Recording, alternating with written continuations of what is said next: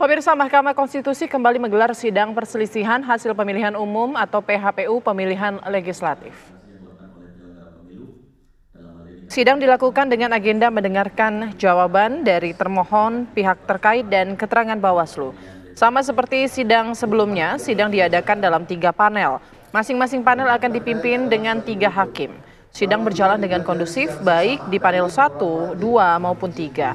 Sidang hari ini merupakan bagian dari rangkaian sidang yang berlangsung dari 3 Mei hingga 15 Mei 2024 mendatang.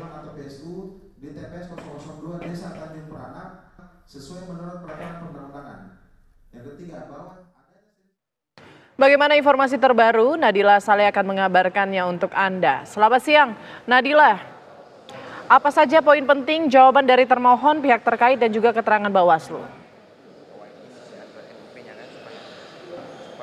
Ya, Putri dan juga pemirsa, betul bahwa hari ini Mahkamah Konstitusi kembali menggelar sidang PHPU pemilihan legislatif yang sudah berlangsung sejak pukul 8 pagi tadi hingga sampai saat ini. Memang sejumlah perwakilan partai politik juga turut hadir dalam persidangan hari ini, baik dari PD Perjuangan, kemudian dari PAN, kemudian dari P3, dari Gerindra, dan sejumlah partai politik lainnya. Dan salah satunya ini adalah Partai Persatuan Pembangunan ataupun P3 yang memang tadi juga melakukan turut menghadiri persidangan dari tim kuasa hukumnya begitu.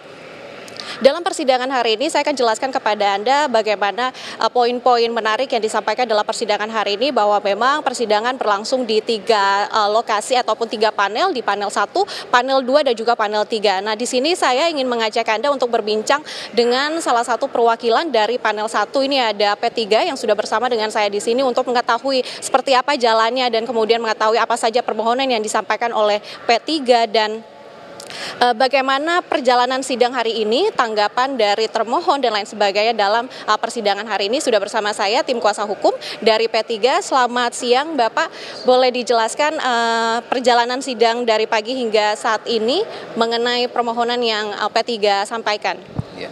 Jadi untuk sidang hari ini untuk Papua Tengah itu memang cukup menarik, Pak. Kenapa menariknya? Karena Papua Tengah ini memiliki ciri khas yang tentunya berbeda dengan daerah-daerah lain. Apa itu?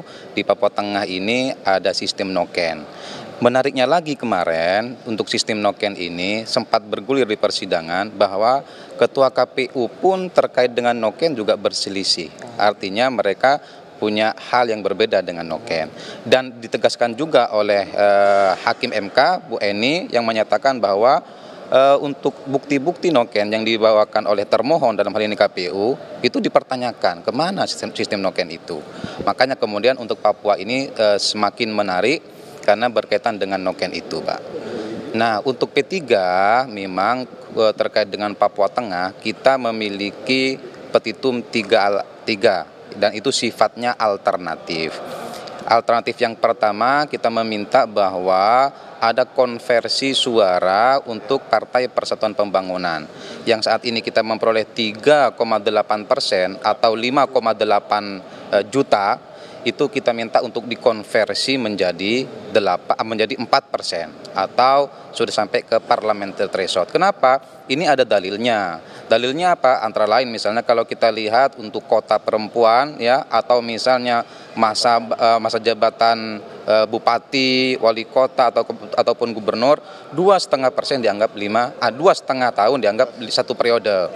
Itu juga yang menjadi dalil bagi kita dan nanti dibuktikan di persidangan. Pembuktiannya kapan? Nanti kita lihat di pembuktian berikutnya karena agenda saat ini baru jawaban termohon.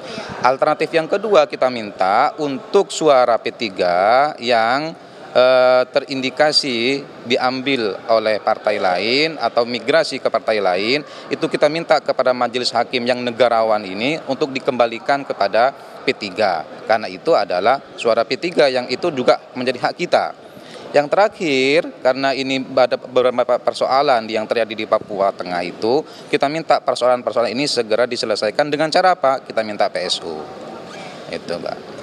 Pak, ini agenda hari ini adalah mendengarkan pernyataan dari termohon. Nah, dari petitum yang disampaikan oleh kuasa hukum P3 sendiri, apa tanggapan dari termohon tadi? Ya, di persidangan tadi ada yang sangat menarik, Pak. Apa itu? Terkait dengan pihak terkait PDIP. PDIP ternyata tidak memberikan eksepsi terhadap permohonan kita. Dengan bahasa lain, ya karena tidak ada eksepsi, maka kemungkinan besar saya yakin dengan teman-teman tim yang hadir saat ini bersama teman-teman ini yakin untuk Papua Tengah ini dikabulkan. Meskipun dari pihak termohon tentunya ada eksepsi, itu hal yang wajar. Baik, terima kasih Bapak untuk penjelasannya. Nah Putri dan juga pemirsa, itulah penjelasan dari tim kuasa hukum dari P3 yang tadi juga sempat menceritakan bagaimana poin-poin menarik yang terjadi dalam persidangan pada hari ini. Dan dapatkan informasikan juga bahwa persidangan hari ini sampai dengan saat ini masih berlangsung dan informasinya akan berlangsung sampai sore nanti. Sementara itu Putri. Baik, terima kasih Nadila Saleh mengabarkan langsung dari Mahkamah Konstitusi.